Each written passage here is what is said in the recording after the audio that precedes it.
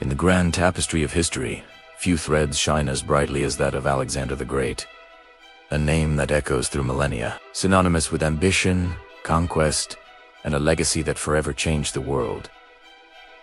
But who was the man behind the legend? Let's journey back in time to uncover the epic story of a king who sought to conquer the world. Our story begins in 356 BC, in the kingdom of Macedon. A prince was born to King Philip II and Queen Olympias. From a young age, it was clear Alexander was no ordinary child. He was brilliant, ambitious, and possessed a fiery spirit. His mother, Olympias, told him he was descended from the hero Achilles, planting the seeds of a divine destiny in his young mind. But it was his tutor who would truly shape the future conqueror. At 13, Alexander began his studies under the greatest philosopher of the age, Aristotle. For 3 years, Aristotle taught him rhetoric, literature, science, and politics.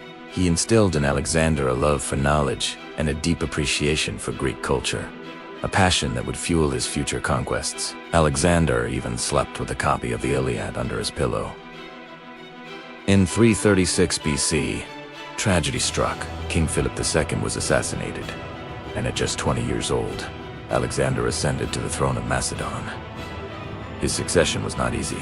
Rival factions and rebellious city-states saw a chance to break free from Macedonian rule, but Alexander acted with astonishing speed and ruthlessness. He secured his position at home, quelling revolts with an iron fist, famously making an example of the city of Thebes by razing it to the ground. With Greece now firmly under his control, he turned his gaze eastward to the colossal Persian Empire, his father's sworn enemy. In 334 BC, Alexander crossed the Hellespont into Asia with an army of around 40,000 battle-hardened Macedonians and Greeks. This was the start of one of the most audacious military campaigns in history. His first major test came at the Granicus River. Outnumbered, Alexander led his elite companion cavalry in a daring charge straight across the river and into the heart of the Persian defenses. His personal courage was legendary. He was always at the front, fighting alongside his men. The victory was decisive and opened the gateway to Asia Minor. City after city fell. The legend of the Gordian knot spread like wildfire. An ancient prophecy stated that whoever could untie the impossibly complex knot would rule all of Asia. Alexander, faced with the puzzle, simply drew his sword and sliced it in half. A clear message. He would achieve his destiny by any means necessary. The Persian king, Darius III, finally met Alexander on the field of battle at Issus in 333 BC. Despite being heavily outnumbered again, Alexander's tactical genius shone. He identified a weakness in the Persian line, charged directly at Darius himself, and sent the great king fleeing in panic. The Persian army collapsed. Alexander captured Darius's family, but treated them with honor and respect, a gesture that earned him admiration even among his enemies. From there, he marched south along the Mediterranean coast. He laid siege to the impenetrable island fortress of Tyre for 7 long months, eventually building a massive causeway to the city to breach its walls. Then, he entered Egypt. Here, he was not seen as a conqueror, but as a liberator from Persian rule. The Egyptians welcomed him, declaring him a pharaoh and a son of the god Ammon. It was here, at the mouth of the Nile, that he founded the most famous of his many cities, Alexandria, a future beacon of knowledge and culture. With the entire eastern Mediterranean secured, Alexander marched into the heart of Persia for the final showdown. In 331 BC, at Gaugamela, the two great armies met once more. Darius had assembled a massive force, including scythed chariots and war elephants. Confident he could crush the smaller Macedonian army on the wide, open plain. But Alexander was a master of strategy. He used an oblique formation, drawing the Persian cavalry out to the flanks, creating a gap in their center. Once again, he led a decisive charge straight for Darius. And once again, Darius fled. This was the end. The Persian Empire, the largest the world had ever known, was now his. Alexander marched triumphantly into the grand capitals of Babylon, Susa, and finally, Persepolis, the ceremonial heart of Persia. In a controversial act, he burned the grand palace of Persepolis, possibly as revenge for the Persian burning of Athens a century and a half earlier.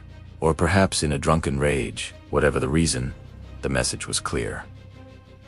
The old empire was gone, and a new era had begun. But Alexander was not content. His ambition knew no bounds. He pursued the fugitive Darius, only to find him murdered by one of his own satraps, Bessus. Alexander, showing respect for his fallen rival, gave Darius a royal burial and hunted down his killer. He then pushed further east into modern-day Afghanistan and Central Asia. A brutal, unforgiving campaign against fierce local tribes. It was here he married Roxana, the daughter of a Sogdian chieftain. A political move to pacify the region and blend his Greek culture with that of his new subjects.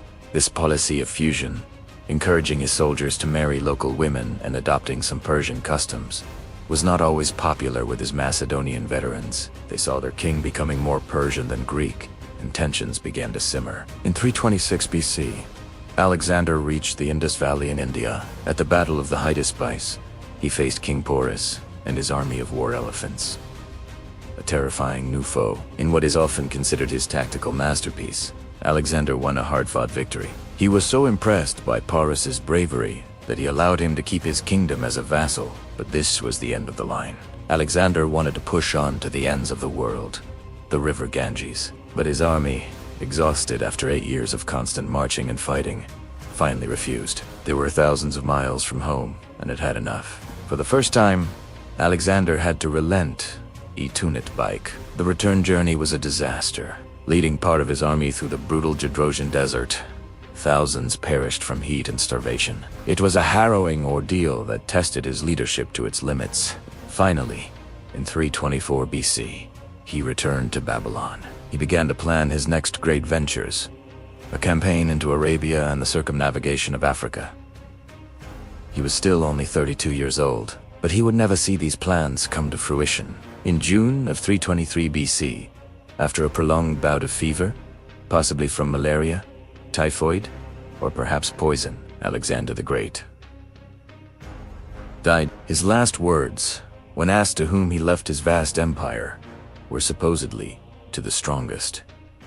His death plunged his empire into chaos. His generals, the Diadochi, tore it apart, fighting for control in decades of bloody civil war. But Alexander's legacy was not just one of war. In his wake, Greek language, art, and ideas spread across the vast territories he had conquered, fusing with local cultures to create a vibrant new Hellenistic civilization. He founded over 20 cities, many of which became major centers of trade and learning. He redrew the map of the ancient world, connecting east and west in ways never before imagined. Was he a visionary unifier, or a ruthless tyrant? A divine hero, or a power-hungry megalomaniac? He was all of these things, and more. A complex, brilliant, and driven individual who, in just over a decade, forged one of the largest empires in history and left an indelible mark on the course of human civilization. The flame of Alexander, though extinguished far too soon, lit up the world. Thanks so much for watching. If you enjoyed this journey into the life of a legend, make sure to hit that like button and subscribe for more epic history. See you next time.